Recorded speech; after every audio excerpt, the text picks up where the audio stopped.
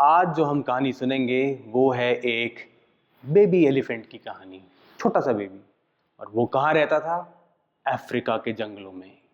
तो अफ्रीका के बड़े सारे जंगल होते हैं, उनमें से एक जंगल में ये छोटा सा बेबी एलिफेंट रहता था। और इस बेबी एलिफेंट का सबसे खास बात थी कि ये सवाल बड़े पूछता था।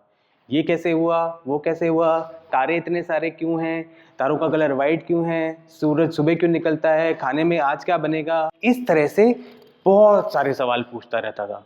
उसके सवाल खत्म ही नहीं होते थे।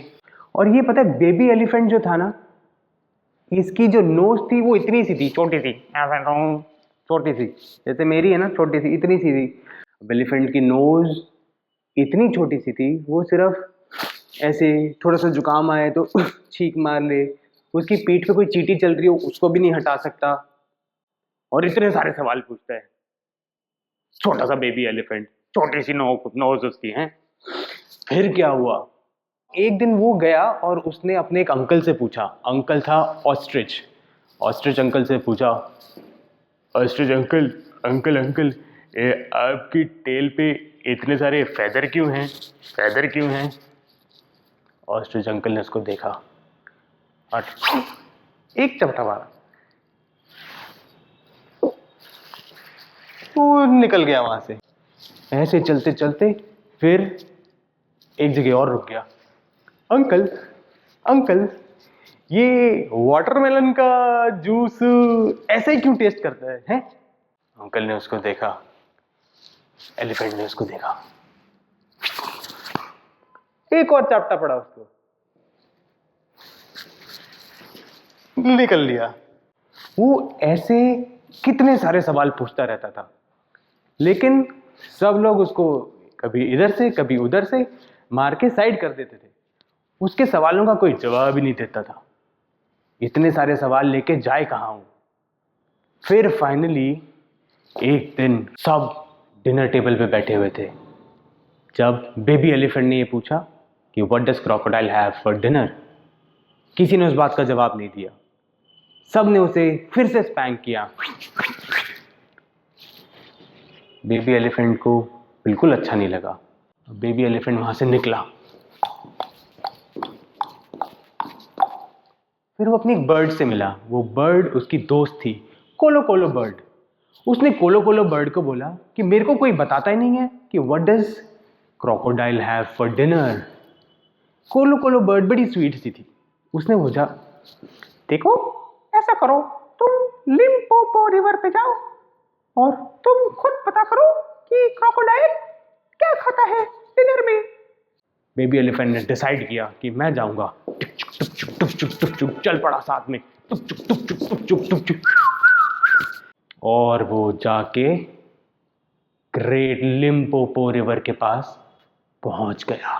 तो उसने देखा कि रिवर में बहुत सारा पानी है और पानी के अंदर उसे लगा कोई है। उसने झांक के देखा।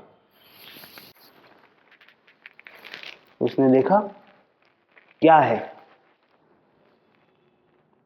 फिर क्रोकोडाइल नजर आया। बेबी एलिफेंट ने पूछा, एक्सक्यूज मी, आप क्रोकोडाइल हो? क्रोकोडाइल? क्रोकोडाइल ने आया, हाँ मैं हूं क्रोकोडाइल। तो हमारा बेबी एलिफेंट बोला, मैं तो आप ही को ढूंढ रहा था इतने दिनों से। मैं आपसे ये पूछना चाहता था, क्रोकोडाइल डिनर में क्या खाता है? क्रोकोडाइल ने बोला, मुझे लगता है आज मैं तुम्हें खाने वाला हूं। और ये बोल के क्रोकोडाइल ने करके उसको पकड़ लिया, नाक से ऐसे ऐसे पकड़ लिया और उसको पानी में अपनी तरफ क्रोकोडाइल ने घसीटना शुरू कर दिया। ऐसे दोनों में लड़ाई शुरू हो गई। 3 दिन तक उनकी फाइट चलती रही। और फिर जो हमारा बेबी एलिफेंट है उसकी नाक लंबी होनी शुरू हो गई। Toing toing toing toing. Finally थक के क्रोकोडाइल ने बेबी एलिफेंट को छोड़ दिया। वो क्रोकोडाइल इतना थक गया था कि और वो उसकी नाक पकड़ ही नहीं पा रहा था। तो हमारा बेबी एलिफेंट अब थक के बैठ गया। उसकी नाक इतनी लंबी हो गई 5 फीट लंबी। उसने देखा कि ये तो छोटी नहीं हो रही, उसको लगा कि कहीं छोटी तो नहीं हो जाएगी, कहीं इतनी लंबी हो गई, कहीं थोड़े दिनों बाद वापस हो जाए। लेकिन वो 3 दिन वहीं बैठा रहा, उसकी नाक छोटी नहीं हुई। फिर उसने क्या किया, उसने अपनी नाक को एक बड़े से बनाना लीफ में रैप किया और उसे सुखाने के लिए रखा। वापस कभी नदी में डाला, फिर बाहर निकाला, लिम्पोपो रिवर में डाला, फिर बाहर निकाला, और ऐसे 3 दिन तक उसने अपनी नाक को सुखाया। फिर वो कहा कि भाई ये तो बड़ा अच्छा हुआ है, बड़ा खुश हो गया कि इतनी लंबी नाक मिल गई मुझे। उसे बड़ा मजा आया। उसने कहा भाई देखो, ये तो बड़ा सही हुआ।